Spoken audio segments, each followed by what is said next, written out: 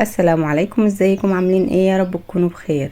كل سنة وانتم طيبين. عملنا مع بعض تسالي العيد ومخبوزات العيد، والحمد لله كانت كلها وصفات ناجحة، وكل اللي جربوها عجبتهم جدا ونجحت معاهم من اول مرة. النهاردة بقى هنعمل الفول النابت او شوربة الفول النابت، حاجة كده خفيفة على المعدة. بنفطر بيها بعد صيام رمضان. بنفطر بيها يوم العيد كده علشان نهيئ المعدة للي هيجيلها بعد كده. النهاردة هوريلكم مراحل تنبيت الفول من الاول للاخر خالص. اول حاجة انا هستخدم معايا كوباية من الفول، هنقعها في مية بالشكل اللي انتوا شايفينه ده. طبعا نقيتها وغسلتها كويس الاول، وبعد كده نقعتها بالشكل اللي انتوا شايفينه ده. نقعتها من يومها المغرب لحد تاني يوم بعد الظهر او قرب العصر تقريبا. يعني بنزود مدة النقع شوية علشان الفول يطرى معانا، ما يبقاش فيه حب ناشف كتير. بعد كده بغسلها وبصفيها، وهجيب معايا بقى اي قماشة نظيفة كده او ممكن مناديل مطبخ. بس انا بصراحة حطيتها في القماشة، وبعد كده لفيتها برضو بمناديل المطبخ. بربط بقى القماشة عليها كويس جدا، يعني بلمها كده خالص وبربطها كويس جدا بالشكل اللي انتوا شايفينه ده. انا بعد كده حسيت ان القماشة خفيفة عليه، فلفيته كمان بمناديل من المطبخ. لفيت كتير كده عليه مناديل علشان يدفيه كده وينبت معانا. كل شوية بقى هنسقسق له مية بالشكل اللي انتوا شايفينه ده، بحيث ان هو ما ينشفش خالص. زي ما عملنا في الحلبة المنبتة. لو انتوا شفتوا الفيديو بتاع الحلبة المنبتة، بحطه في مصفى بالشكل ده، وكل شوية بقى بحط له شوية مية واحدة واحدة علشان ما ينشفش معايا. وبسيبه على المطبخ جنبي كده علشان يكون قدامي. طول ما انا في المطبخ احط ايديا على القماشة، لو لقيتها مبلولة خلاص، لقيتها ناشفة. طبعا ما نوصلش لمرحلة ان احنا نسيبها ناشفة علشان يكمل التنبيت معايا. ده كان تاني يوم لما لفيته في مناديل مطبخ زي ما قلت لكم، وبلتها برضو. فتحته علشان اشوف النبتة بتاعته وصلت لحد ايه. شايفين بدأ ينبت حاجة بسيطة خالص، يعني شايفين النبتة صغيرة جدا. شايفين ما شاء الله. لقيته كده من جوه ناشف برضو حاجة بسيطة، حطيت له مية وانا فاتحاه كده. وبعد كده ربطت القماشة تاني ولفيته بالمناديل وحطيت له مية تاني. شايفين بدأ ينبت ازاي؟ ما شاء الله.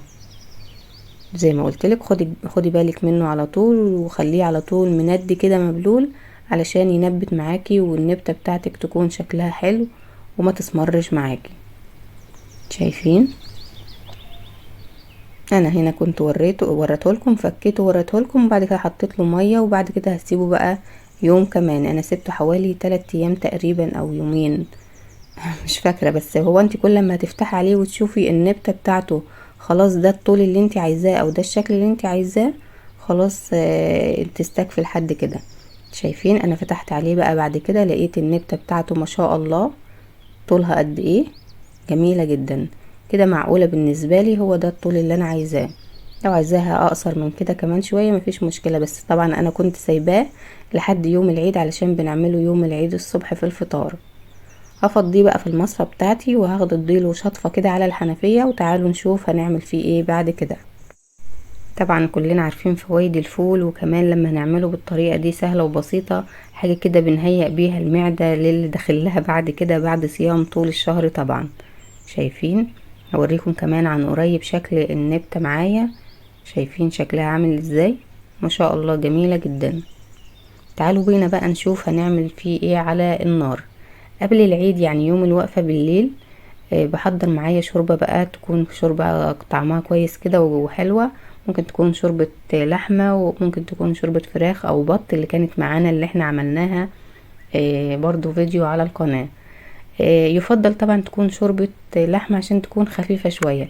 بس انا ما كانش عندي غير شوربة البط، فغليتها كده وشلت الطبقة بتاعت الدهون اللي كانت على الوش دي. يعني انا شلت منها شوية، وبعد كده شلت منها شوية بعد المقطع ده. اول ما تغلي الشوربة معايا بنزل بالنابت بتاعي، بديله قلبتين كده يقلب قلبتين 3، وبطفي عليه. يعني مش بسويه خالص يوم الوقفة، بديله بس غلوتين كده مع الشوربة وبطفي عليه. بسيبه بقى لحد تاني يوم الصبح. تاني يوم الصبح باجي بقى اسخنه، الاقيه داخل على التسوية كده، يدوب بياخد غلوة اللي هو غلوة التسخين، وبيكون استوى معايا وبيكون بالشكل الجميل اللي انتوا شايفينه ده. بيكون زي الشوربة بقى خفيف كده من غير صلصة ولا بصل ولا اي حاجة. بنعصر عليه بس عصرة ليمونة كده، وبيكون بالشكل الجميل ده. بنفطر بيه بقى في اول يوم العيد قبل الكحك والبسكوت كده، علشان ايه ندي تنبيهات للمعدة شوية. يا رب الفيديو يكون عجبكم، واتمنى ان انتوا تجربوه، ولو عجبكم ما تنسوش اللايك والشير، وانتظروني في الفيديو الجاي ان شاء الله. والسلام عليكم ورحمة الله وبركاته.